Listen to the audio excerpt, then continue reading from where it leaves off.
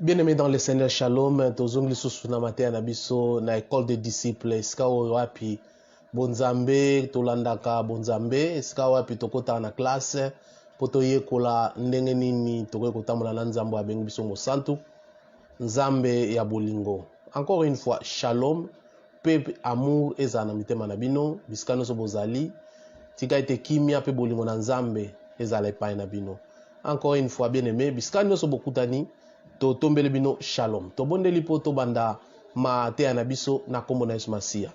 Éternel notre Dieu, to bengi yo nesika o nzambe. Tika ete ozala mobate na biso. Nyonso to sala to tika na maboko na yo. Ata bato batambola makolongulu, mais un jour ba sepelaka parce que Bible dit un enfant nous est né. Oya olongola biso na kati na boumbo. Kolansama mukana na Genèse chapitre 2 verset 15.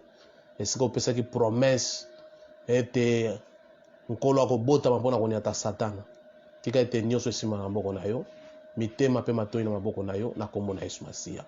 Shalom bien-aimé, shalom, shalom bisika nyonso na bamboka nyonso ezala butu, ezala moi, ezo dépendre na lero oyo kabiso. En tout cas topesi yo shalom kimia na Yesu ezala bisika nyonso bozali nzamba mona bino oyo bobengami ba disciple ya Yesu Masia. Bato bazana posa ba comprendre nini bakoki kosala pona kolanda Yesu. Voilà pourquoi babengami ba disciple pe ba poussa na kapembe na loba na nzambe po ba apprendre mukolo na mukolo. Bien aimé, tozokende na ba série na biso ya ba leçon oyo ko permettre biso to kota na muzindo ya bonzambe. Voilà pourquoi lelo tozana thème na biso to bandela parce que tozaki na ba problème ya net katanaki le combat spirituel. Un chrétien doit connaître que lokola yambi Yesu comme Seigneur et Sauveur dans sa vie, il est obligé ableka na combat spirituel. Parce que le diable a ebika perdre mutu, wazalaki pembeni na ye, et il faut luka de toutes les manières ya ko luka koyeba kozongisa ye na kati na saki esika oya bimaki. Esengeli mwana nzambe no so ayeba ete Satana atakaka kaka ba chrétien. Il y a zana posa ya ko attaquer mupaka nute o sazalaka déjà pande soka lingi na tongo aleye soka zana posa na 12h ale mataka kaka ba chrétien bien-aimé. Et c'est sous mo Christ ayeba ete lokwa naza mo Christ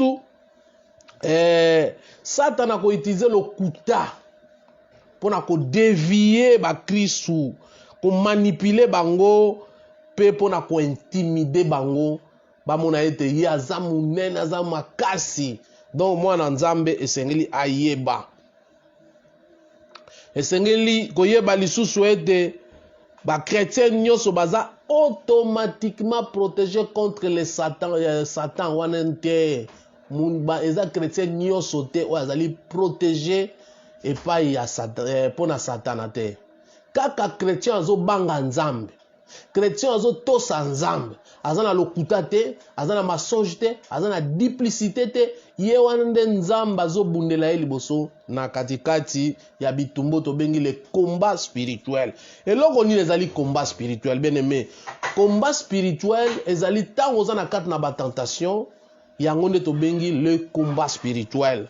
Tango convoitise ezoyela yo nde ezali pe combat sengeli kolonga convoitise. Tango ba doute ezokota ozoba eske awa libalo oyo eske musala oyo eske mobali oyo eske mwasi oyo azaki penda eske bana oyo eske tango okoti na ba doute wana eza pe moko ya combat oyo muina salaka stratégie pona kobundisa ba chrétien bien-aimé.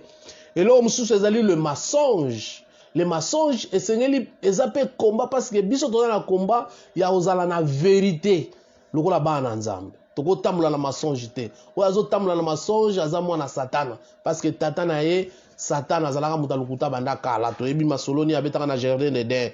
Tango ozo kota banganga bakisi ozo sala mobali kisi po alingo makasi ozo sala mwasi kisi po alinga yo wana peza moko ya ba tactique oyo tozobenga le combat spirituel bien-aimé. La culpabilité aussi c'est un combat spirituel. Mutu muso mwa loka neti nzamba limbisa ete na sina senga likambo na sina senga bolimbisi mais ndenge na kansango kaka culpabilité bien-aimé dans le Seigneur ezape moko ya ba élément oyo tobengi combat spirituel. Yeba en tant que mwana nzambe yo oza mwana nzambe combat spirituel est invisible. eza combat oyo bana kobunda omoni ndeko mauta bibi na ndako na ye kobundisa yo te. C'est le combat invisible. Eza combat monanaka te, mais ezali ko jouer na katikati na mutu na yo, na conscience, na intellect na yo, nde sika combat spirituel bien aimé ezali koleka. Tokotanga na mukana na Ephésiens chapitre 12. Et sika oyo to comprendre nini oyo ezali combat spirituel. Tolobi malamu, le combat spirituel bien aimé dans le Seigneur ezali combat invisible. To bundana batu te.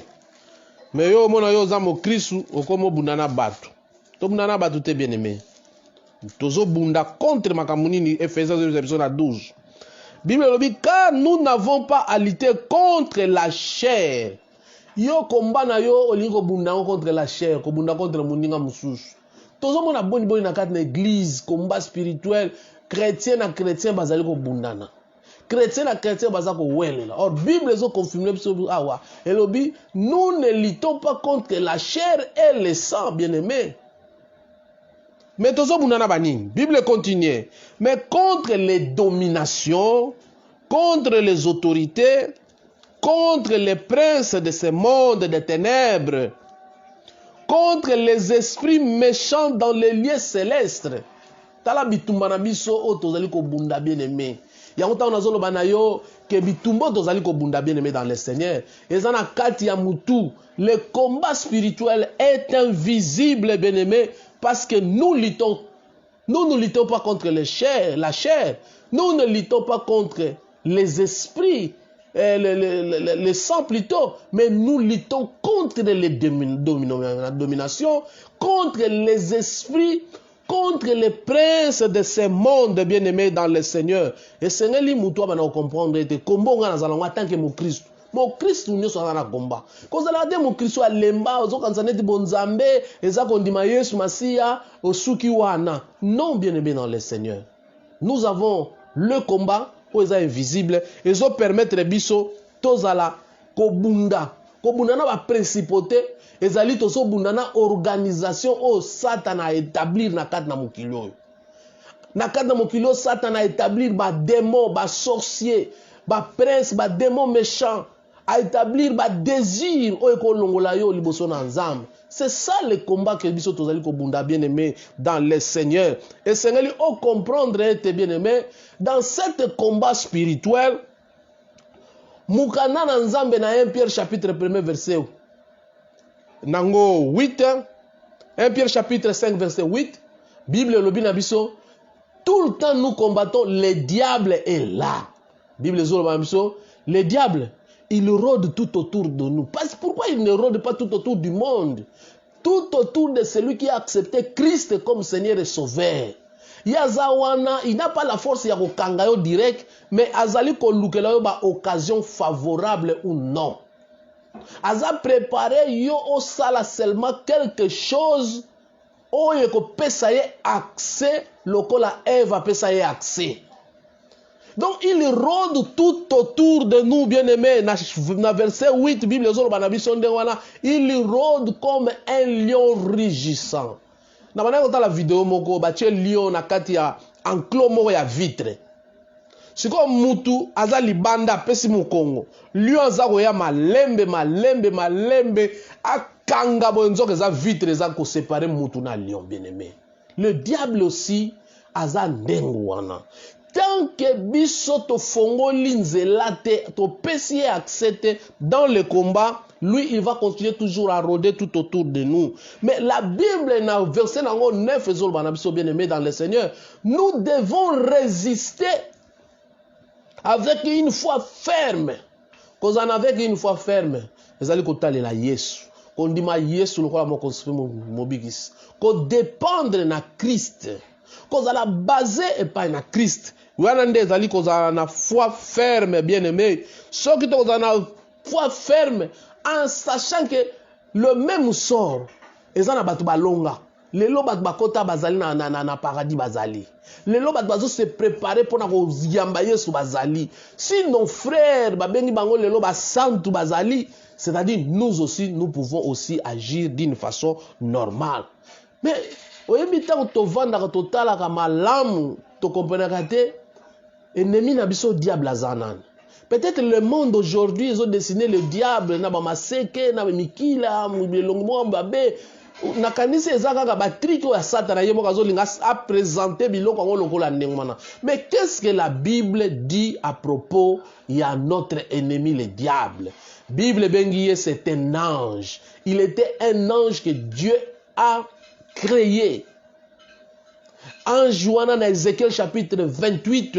Soko tangi na mukana na Ézéchiel chapitre 28, na verset 14 à 15, bien aimé, on peut comprendre que cet ange de Chi azalaki un chérubin beau et parfait. Azaloko ande to représenter les lotés. Mais c'était un chérubin beau à voir et parfait. Azalaki na nyoso. Mais jusqu'au moment où il s'est rebellé contre le Dieu, il devient l'adversaire de notre Dieu. Et à partir de ce moment, bien aimé dans le Seigneur, les diables, Lucifer qui était, Lucifer aujourd'hui nous les appelons les diables, a commis déclaré ennemi de Dieu. Bien aimé, cet ennemi de Dieu, connaissant les promesses, connaissant tout ce que Dieu a promis aux enfants de Dieu, a sali ba tactique. Ennemi azana ba tactique pour na kolongola biso na katikati na nzela oyo. Voilà pourquoi Satan utilise plusieurs tactiques, bien aimés, selon la personne ou la situation qui se présente à lui. Diable azana tactique générale te. Mutu na mutu ayebi ndenge atakaka ye. Chasseur so azokende ko attaquer lion, eza ndenge moko tazokende ko attaquer ba lièvre. Eza ndenge moko takende ko attaquer ba antilope. Eza ndenge moko takende ko attaquer ba mpuku, bien aimé. Mais quand on appelle un chasseur des éléphants, ayebi ndenge akokima likona nzete. Le diable aussi a des tactiques différentes pour na ko détecter. Plusieurs fois, bien aimé, ayaka mbalamsu ouvertement par des pratiques occultes comme la sorcellerie. Eza moko na ba tactique oyo Satan a utilisé pour na ko envoûter les gens, ya ko ensorceler les gens, ya ko balola mitema ya batu na kati na sorcellerie, ko boma batu. Eza moko na ba tactique oyo sengeli le diable a utilisé. Tactique mususu ezali, bien aimé, la magie. Na kati na magie, diable a utilisé mingi magie pour na ko déceler, ko longola batu na présence na Nzambe. Mais le plus souvent, bien aimé, il se montre plus subtil, ma yele ya mabe pour na ko longola bana na Nzambe, de sorte qu'on a plus de mal à détecter son influence. Makamso ko leka bona vi na yo ko ndimate ke na sima na yango eza diable ndem tazoloba. Prenons l'exemple. Jésus azolinga kende na Jérusalem. Ayebisi ba disciple malamu, bien aimé, kende nazo ke na Jérusalem kuna ba koboma ngai. Yoka Pierre, ekotika la osala te. Mutu moko akoboma yo te. Mais Christ comme ayebi ba tactique ya Satan, alobi arrière de moi. C'est-à-dire il voyait le diable derrière Pierre à commenter liwa ya Yesu Masia. Bien aimé dans le Seigneur, les aliba tactique oyo, le diable alingate muta découvrir les influences. O comprendre te na kata ndako bokomi na makamoko bozo comprendre te. Eza ba influence ya Satan. Mwana Nzambe foza mayele. Ya koyeba te likambo nezo sala maboye, Satan na sima. Mais yo soko za mayele te ko détecter ba influence wana yo po continue kata na likambo wana makamno so et baby bien aimé dans le Seigneur. Plus nous sommes renseignés sur cette tactique, mieux nous serons à même de lui résister. Tant où tu as ba tactique, bien aimé dans le Seigneur, tu vas comprendre que non, oh ils a piège. Yo quand tu soki ba nyama ba eba ke esko ba sali mutambo. O quand ça oleka na nzela wana. Soko ba timuli libulo yebi ke libule zone quand tu pendo yo oleka wana okoya wana. T'es bien aimé dans le Seigneur. Donc Seigneur oh ba no comprendre. Tactique mususo Satan salaka ezali ning, ezala la divination. Yangona mukanda na Deutéronome chapitre 18 verset 12 à 20. Nzamba zo lingate bisika bana Israël bakozala bakota makambo na divination. Divination yo mtoke na otalisa maboko na nzela. Jour wana bana koloba na lobi lelo la divination est comme tina ba église.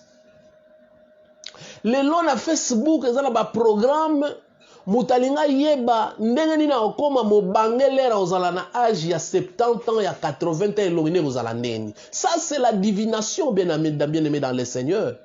C'est la divination. Au mon frère à côté le bina âge ya 47 ans na ozala boye. Différence c'est ça wapi na mutake tel sama boko. Bien aimé to eba ko déceler les tactiques du diable. Makamni sur ça na Facebook eza makambo ya okotaka te. Olingo yeba soko ozalaki ndeke olingo kozala ndeke nini. Soko ozalaka nyama olingo kozala nyama nini. Bien aimé, ça c'est la divination. Eza ba pratique satanique. Oyo diable a changé ba tactique pona ko yiba milimo na bana nzambe. Oko nzamba ko tuno un jour olobi okotaka divination olobi te, mais na Facebook olekaka déjà na divination. Bien aimé, la sorcellerie eza pe moko na ba tactique tolobi, l'envoûtement eza moko na ba tactique aussi que les enfants de Dieu ne peuvent pas entrer, bien aimé. En tant que disciple, okoki ko kende pa nganga te pour envoûter ndeko no mosusu. Yo oza na libala, okoki ko ke pa nganga te pour ba envoûter mobali na yo alinga yo mingi. Ezali kitoko te, bien aimé. Nzambe na Deutéronome chapitre 18 alinga biloko te. Et c'est que comprendre que, bien aimé, Babiloko wana nyonso, la divination, la sorcellerie, l'envoûtement, c'est de l'abomination devant notre Dieu.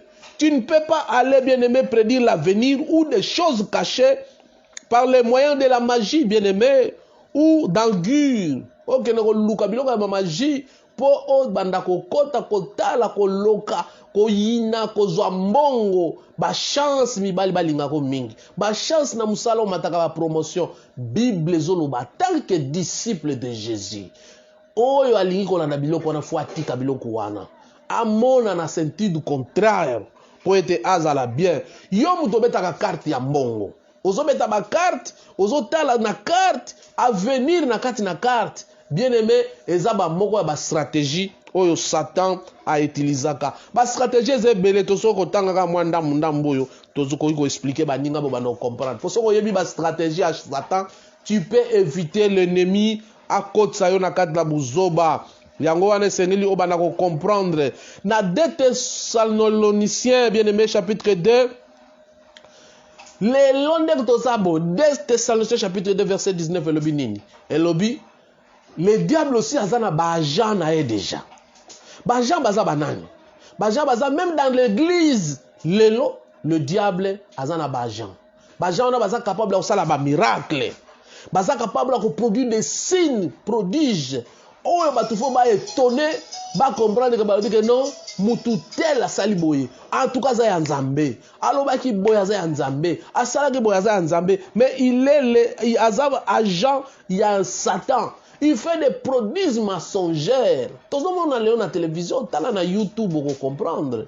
Au moment batu bazo sala ba prodige à jouer pai na kata pai a bimisi soutien, a bimisi caleçon. Et qu'est-ce qu'il y a à voir na Bonzambe? Ça c'est la magie purement et simplement, bien aimé, dans le Seigneur. Satan utilise ses pouvoirs spéciaux, bien aimé, pour manipuler. Bah, pouvoir, c'est pour manipuler, intimider et pour amener les gens à croire qu'il est invincible. Bah, pouvoir, les lots, c'est comme si vous êtes évangéliste, et ça sous la mode athée. Vous êtes pasteur, et ça sous la mode athée. Les lots, ils sont en mode bien aimé dans le Seigneur, et ça vous êtes prophète. Vous êtes prophète, ouah. Oh, le Bible oui. Tous un prophète nabiso. Bien aimé dans le Seigneur. Les hommes abêtés, cause un prophète, les hommes abêtés. Mais tant que la manipulation, bah prodige à l'oukoute zalikoya, il faut y avoir des stratégies à Satan. Tous les combats spirituels. Soko bani ko yeba le piège, influence ni Satan na zanango, ou banako comprendre ce que ba piège ni nazo ezana simanango. Parce que vous comprenez, okay, vous êtes serviteur à Nzambe, vous êtes serviteur à Satan. Vous êtes pour l'ongolanga na Nzambe, vous êtes pour l'ongolanga ko yibangai. Bible zo bana mukana na Jean chapitre 8 verset 44 partie B. Bien aimé lobby, Le diable, c'est un menteur. Il est père de mensonges. Il va manipuler les gens dans des mensonges. Ou comme batu. Va comprendre les embêtés. Va comprendre les embêtés. Donc, c'est important, bien aimé.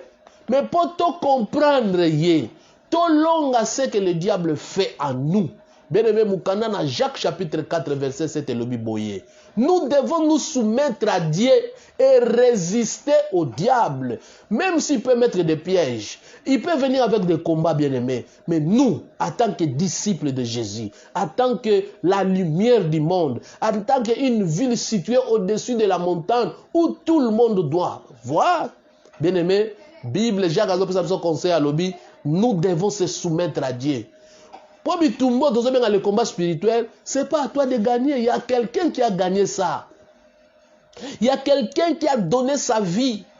Ce que toi tu peux faire, c'est de se soumettre à celui qui a donné sa vie à la croix. Ukomi pesa liboso na nzambe wana apesa yo makoki pe makasi. Parce que bataille yo biso tozanango, bitumbo tozanango ezaka bitumba ya biloko bibale. Le mensonge et la vérité. Et celui qui est capable à dire que je suis la vérité, c'est Jésus. Le seul homme, comme homme, aloba, je suis la vérité. Ce n'est que Jésus. Yango mukanda na Jean chapitre 8 verset 32, ezoloba na biso boye. Bible lobi, ezoloba na biso, vous connaîtrez la vérité et la vérité vous affranchira. Bien aimé, quand tu connais Jésus, comme il est la vérité, il va t'affranchir. À quoi franchir yo? Nanzana bitumba yende mtakobunda. Nanzana bitumba yende akolongisa yo. Nanzana bitumba yende akozwe sika oyo ya yopo ya bunda. Parce qu'il est la vérité. Et quand tu le connais, il va t'affranchir dans combat invisible. Ce combat n'est pas à toi, bien-aimé. Le combat est là pour t'attirer, mais il y a un grand frère. Ce grand frère s'appelle Jésus. Il a vaincu le diable. C'est alors qu'il va nous affranchir. Et c'est possible de connaître cette vérité. Oui, bien-aimé. C'est en acceptant seulement Jésus comme Seigneur et Sauveur dans ta vie. Quand tu l'acceptes, bien-aimé, c'est possible d'avoir cette vérité dans ta vie et toi, tu seras affranchi totalement. Bien-aimé, encore une autre tactique. Il y a Satan. Mukandana 2 Corinthiens chapitre 11 verset 14 à 15 Zoloba. Le diable, c'est un accusateur. Tactique mususo satanaza nango bien-aimé et c'est nous le comprendre. Ndekomo afunda kayo, ndekomo kaka kombo na yo, ndekomo ka lobela kayo mingi. Alobaka bien te pona yo. Ata bazo beta lisolo o ya makambi ya bien yo sala, ya mona bien te pona yo. Amona ka bolamu te. C'est un accusateur. La Bible zoloba, le diable c'est un accusateur et cet accusateur Bomo ine mobimba afunda kabiso kaka. Afunda kabiso bien-aimé. Ye pona ye, posa na ye zaliete, afunda kabiso tout le temps. Et c'est que le sous oye ba une chose bien-aimé. Tactique mususu ya Satan ezali, il se déguise à l'ange de lumière. Butuno sota ya obetuno masona nzambe azali mwana nzambe. Église nyonso te babengi yango église. Yesu aza mokonzi. Tiens. Le to bana soana bandeko. Tolobi kimbangiste par exemple, bayebi nzambe te. Église nyonso te ezaka église. Ezate po bakomi église de Jésus-Christ par l'envoyé de son prophète. Nde la sikeza bonzambe, non. C'est pas parce que ton pasteur na munongona lo bakomba Yesu aza mosai na nzambe, non. Vous les connaîtrez par leurs fruits. Tant que tu as un pasteur, le long de la vidéo, à sali sextape, au yeb sanga kazam nanzan. Tant que tu as un pasteur, à se diviser na baninga, au yeb sanga kazam nanzan. T'es bien aimé. Donc, et c'est que tactique nous sur Satan, il se déguise à l'ange de la lumière. Dans 2 Corinthiens chapitre 11, verset 14 à 15, c'est là où on écoute biloko wana. Si on continue à 4 de l'église, nous écoutons ma philosophie bien aimée. des fausses religions. Ozo ndima kutu ke makambo ya Bible batie pembeni bazobetela makambo ya libala, makambo ya na Yesu ezate, mwasi nanga za kitoko, okuta na intel, omoni boye, wapi la parole de Dieu. L'église doit préparer les gens bien-aimés dans le Seigneur pour l'enlèvement. Dans ton église, quand on ne parle pas d'enlèvement, quand on ne parle pas du péché, ça c'est pas une église, bien-aimé. L'ange des lumières, il se déguise en l'ange des lumières. Ça dit, on a la confusion, ça la confusion. Angala rappelle le rôle à moi na nzambe. Donc, c'est que on comprend de biloko mususu bien-aimé. Et loko mususu satana ya kanango bien-aimé la culpabilité. Les amours na ba tactique au Satan ya kanango la culpabilité. Aussi le la zen. Mais aux amours na nzambo comprendre nos zonge pa nzambo seng bolimbis. Mozalaka toujours na ba doute le beske nzamba limbisa nga iloko wana. Au comment il compte na ba doute. Mais voyons 1 Jean chapitre 1 verset 9. Bible dit, si nous confessons nos péchés, la Bible continue, il dit, Dieu est juste et fidèle pour nous pardonner. Mais ceux qui n'ont pas de culpabilité, c'est une tactique où le diable a pour na culpabilité dans le baganzamba limbisanga te à cause ça. Oh, notre Dieu, c'est pas un menteur. Le père des mensonges, c'est le diable. Culpabilité, les amours ya ba tactique où Satan a utilisé. Parce que la promesse à Jean, nous avons chose fidèle, asa juste pour nous pardonner, bien-aimés, et Seigneur comprendre. Et là, comme nous sommes dans la culpabilité, les chrétiens, les gens sont dans la pénitence. Alors, il faut que nous ayons film pour nous limbi sangai. Et ça, on a passé sur la montagne. Comment on a tamboula na ba genou. Ba genou azotambola ba genou azotambola na ba genou, ça c'est la pénitence, à se comprendre qu'il y a quelqu'un qui a donné sa vie. C'est pas parce que tu marches dans les genoux que tu seras pardonné. Non. Le pardon, ça se trouve auprès d'elle, de lui, c'est notre Seigneur. Pourquoi? La Bible dit enfin qu'on te craigne. Mukana psaume lo biango. Pardon, ce que toi tu vas faire, c'est de confesser tes péchés. Quand on a pénitence, mutumsusa kuna moni ambani ko matangomba kitia mati anzamba mona ngai. Mususa kena moya ntombole longi na moya tola ban maboko ba nzambe moya silanga wati mona ngai. Bien-aimé dans le Seigneur, nzamba kotikala ko yokote. Eza lokola mutalobi 4 plus 4 égale 8. Soko yo lobi eza 7 eza 8 ite. Équation on a fait la 8. Et 8 ezali le pardon ça se trouve auprès de lui. D'ailleurs Bible zoloba. Naza na message mo na pesa bino bien-aimé. L'être tant to yeko la sur la croix. Oko comprendre que solution eza mututa zozwa solution. Nzambe ndazali kozwa solution tozo ki mamba mpona ba minute na biso bien-aimé dans le Seigneur. Donc la pénitence eza moko ya stratégie o Satan azo mema batu baloba ete na makasi na nga moko nde nzamba yokelinga mawa te. Eza faveur to tozoloba mikolo yo bazote ya biso na jubilé faveur ya Nzambe. Yo seulement yake pa na ye loba oyo sali nzamba za fidèle na maloba na ye akolimbisa yo. Azo limbiso te parce que yo ye pa na ye, mais azo limbiso parce qu'il voit Jésus à la croix, excusez, il voit Jésus à la croix, voilà pourquoi azo limbisa yo. Donc zala mwana na nzambe. Bien-aimé dans le Seigneur, le problème nombreux des chrétiens, ils refusent d'accepter le pardon que Dieu donne. Azo refusé. Nzambe sa sali ba kalikila lui côté là yozo bozo sala ba détour inutile. Donc, il continue de se flageller. Yagobi beta ba fimu. Ezana tina te bien-aimé. Senga bolimi si boso na Nzambe. Et tu vas mériter le pardon sincère ya Nzambe na biso. Ephésiens chapitre 2 verset 2. Ezolo bana biso boye bien-aimé.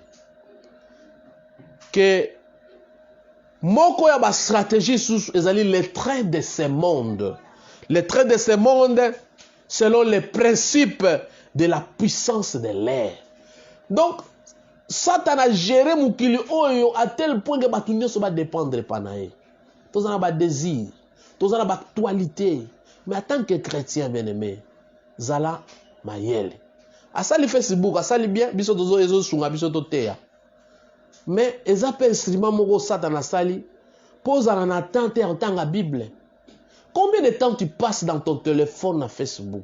Combien de temps tu passes dans ta Bible pour lire la Bible? Est-ce que banda ton tu peux faire la verset la Bible? Au salaire méditation. C'est important, bien aimé. Les trains de ce monde, les alliés tactiques moko périgose. Les alliés tactiques moi mabé. Parce que le diable veut t'occuper. Aux en attente pour ensemble à occuper yo. À télévision, à musique, à réseaux sociaux pour équiper yo, aux à la occuper, aux en attend ensemble la té, aux en attend tant la Bible té. Pour ceux tant la Bible, on va comprendre ma tactique. Ceux aux bon de la té, aux tant la Bible, aux ensemble la té, on va en relation ensemble té. Les trains de ce monde bien aimé, les alliés compliqués. Le prince de l'air, c'est-à-dire c'est lui-même le diable, le prince de l'air. C'est lui qui prend le contrôle de ce monde, le prince de l'air. En utilisant tout ce que le monde a offert, nous devons rappeler que le péché est presque toujours très plaisant. Les soumeza et sengo et lengi. Il faut y bayango. Les soumeza et lengi bien aimé. Mais keba. Et quoi tirer yo. Et quoi tirer yo. Et l'ongolayo nanzea nanzam. Les trains de ce monde. Les trains de ce monde. Où ils sont conduits par les princes de l'air. C'est que l'okeba. Malgré ça, tu as une stratégie. Bien aimé. Nous avons l'assurance que tu longa. Tu as l'assurance. Bien que Satan tente de nous dominer, bien aimé, nous lui appartenons pas. D'ailleurs, ce hôtel dans pièce 5, 8, il rôde. Il vient, il prend. Non. Il rôde, c'est-à-dire il y a une barrière qui nous protège. Barrière moko ezo protéger biso. Mais yesi ko yazo luka esikane lidusu ezali po ya kota. Yango sengelo comprendre biso toza ko appartenir na yete parce que nous avons l'assurance bukanda na 2 Colossiens chapitre 15 elobinini. Elobi Christ a dépouillé, bien-aimé. Il a dépouillé les dominations, les autorités et les a livrées publiquement. Na lo waka bo place wana bien aimé mukolo wana Yesu amemi kulusu bazo mata na montagne ya Golgotha ba démon nyonso ba esprit nyonso méchant bazalaki na sima mutu to lukaka yeyo mutu to lukaka ye bazoyeba te Christ azotambwisa bango publiquement pour akende kwa kabar bango segundu selon Genèse chapitre 2 verset 15. Asilisa mutu bien aimé, mutu eza centre ya makambo nyonso. Le diable ba memie malembe tina montagne à Golgotha. Tant ba komi na Golgotha, 2 Colossiens chapitre 2 verset 15 elobi boye. Christ, tant ba komi a dépouiller bango. Alobi bo kisa minduki. Ko dépouiller bien aimé. Tant ba zolo ba dépouiller, c'est-à-dire bazo longola yo équipement militaire ozanango, bazo botola yo arme ozanango, bazo longolo même tenue ozanango, biloko nyonso eza katikati non bazo longola. C'est ce que Christ a fait sur la croix, a dépouillé les autorités, a dépouillé ma principauté. Cela veut dire quoi?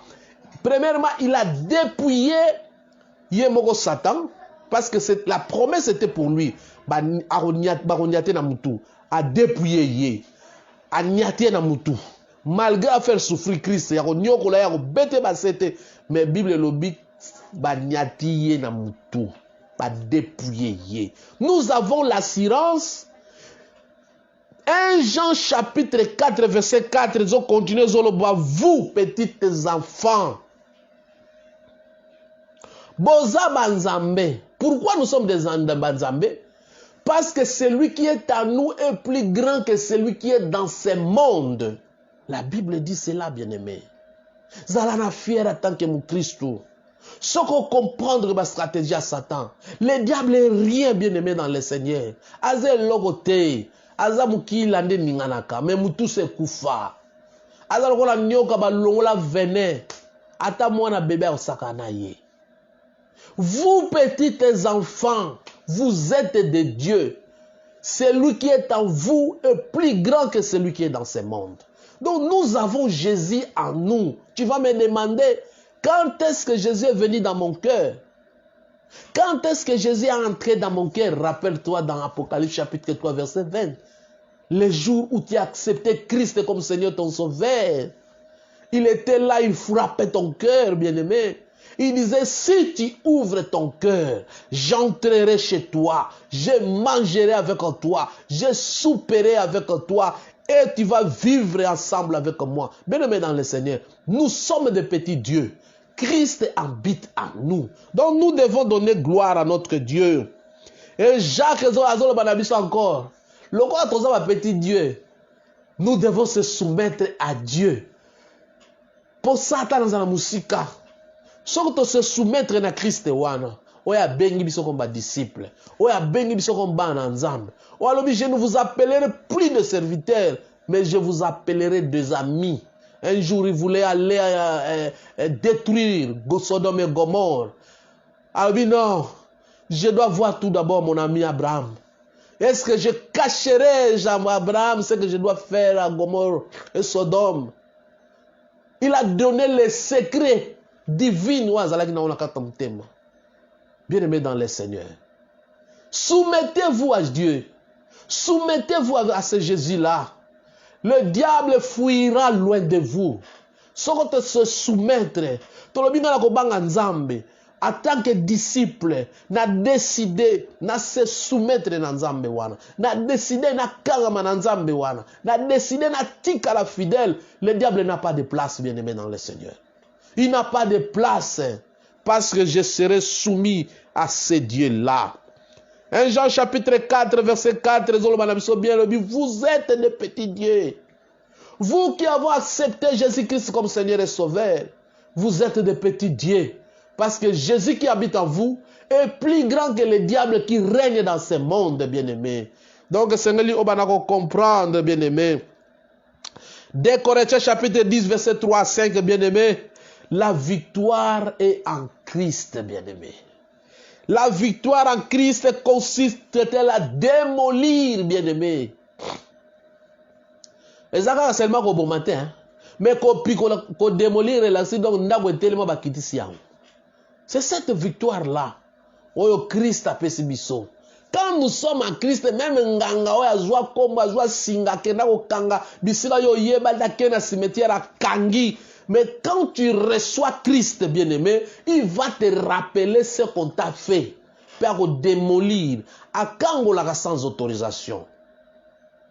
À Bikisaka sans autorisation. Christ wana, bien-aimé. Azo démolir ma forteresse. Azo démolir ce que le diable a fait dans nos vies. Quand tu acceptes Christ, il est capable d'entrer dans le fournaise pour nous protéger contre le feu comme il a fait avec Daniel. Quand tu acceptes Christ, bien-aimé, même si on t'a mis dans une forêt que personne ne connaît, Christ va aller dans ces forêts pour te tirer là où tu es. Même si ça ne marche pas dans ta vie, parce qu'il y a quelqu'un qui a décidé de te faire le mal, mais c'est Christ, Jésus-Christ, doit aller là où on a enfermé dans une bouteille pour te libérer, bien-aimé. Parce qu'il est là pour démolir les forteresses. À Boukakakacho à Satan, à Bimisi Batu. Et quand ils vont venir, ils vont demander, mais ils vont chercher, ils vont voir, non, il y avait un grand maître qui était passé. Bien-aimé dans le Seigneur, le combat spirituel est réel. Mais ce n'est pas à nous de lutter. Nous avons un grand frère qui a déjà lutté. Et il a vaincu, bien-aimé. Cela signifie que Christ est capable de t'éloigner, de te tirer, de te racheter. Parce qu'il a déjà payé le prix. Vous voyez, si on a foutu le monde à cacho, une minute comme un rebelle, on a déjà. Bien aimé, le combat existe. Et lorsque Sengolo yeba na combat, le diable a des stratégies, mais notre Dieu a déjà vaincu. Quelles que soient les stratégies, c'est seulement la queue qui bouge. Tant que banako sakana bomwana, soko kangi museleke to banamenga kalabonga, o katie mukila, museleke ta ko kima, mais mukila place tika les autres ninga na lokola ezana bomo nzoka ese katani. Bien aimé, le diable n'a pas de tête. Azarasuna mutute. Yesu sa nyata mutuna Golgotha. Et c'est les biso to benga ba disciple. To yeba ba stratégie ba manière na ye. Bible zo benga ye, c'est un riseux. Ayaka na ba tactique lokola bonzambe, maza nzambe te. Ayaka lokola ange, maza ange te. Et c'est le comprendre na kata vina bien-aimé. Tozo chité a bien-aimé dans le Seigneur. Tozo le message parce que to kata na kinanzela. Voilà pourquoi yom to landa biso bien-aimé partager message. Inviter baninga msubaya na kata na groupe. Pesa bango message, ça ne t'écoute rien bien-aimé au partager message. Ça ne t'écoute rien au partager en na page na yo. Ça ne t'écoute rien au commenter message bien-aimé. Ça ne t'écoute rien au liker yango. Abonne-toi bien-aimé na page na biso Facebook Major Kade Mabanza. Tindela baninga msusu na poto, na Afrique, na Asie, na Amérique. Bino bandeko bo partager vidéo. Toza na posa bat ba bongo la mutema. Toza na posa to éliminer ba stratégie satanique bien-aimé. Lo le fun kana bato. To chete a bien-aimé, to bondeli la kombo na Ismasia. Éternel notre Dieu, nous te rendons grâce. Oza nzambe, oza mutute. Oza nzambe, nzambe likona banzambe. Mokeli ya mutu. Mosali ya mokili oyo. Nyonso zo exister na maloba. Mais quand il est arrivé na moment ya mutu, osimba mabele. Et la première personne à adorer l'homme, c'était toi, Seigneur. Parce qu'au fou comme tu foulier. Le diable peut avoir des stratégies. Mais il peut avoir une solution. Comment vaincre le diable? Si nous se soumettons à toi, donne-nous cette force de se soumettre à ta parole, à ta volonté, à tes lois, à tes préceptes. Seigneur, pour tous la bana fidèle panayo. Topa molio. Yom tous la facilité. Ya rocha malobana matuna mutema batu. Yom tous la facilité. Ya rosala mato ya muto yoka. To bengi onzambe za leskaw. Na kombo na Yesu Masia. Bien aimé, abonnez-vous massivement na chaîne nabiso YouTube, canal Peniel TV. Et c'est quand Rolanda, ba prédication nabiso, il y a église Peniel, ba prédication nabiso, il y a centre, il y a école des disciples. Et pas na Yesu, pe ba église nabiso, il y a ligue. Bon s'abonner mingi na canal Peniel TV, Rolanda, intégralité ya ba maté nabiso. Botika la malamu, nzambe nabiso pambola bino na kombo na Yesu Masia.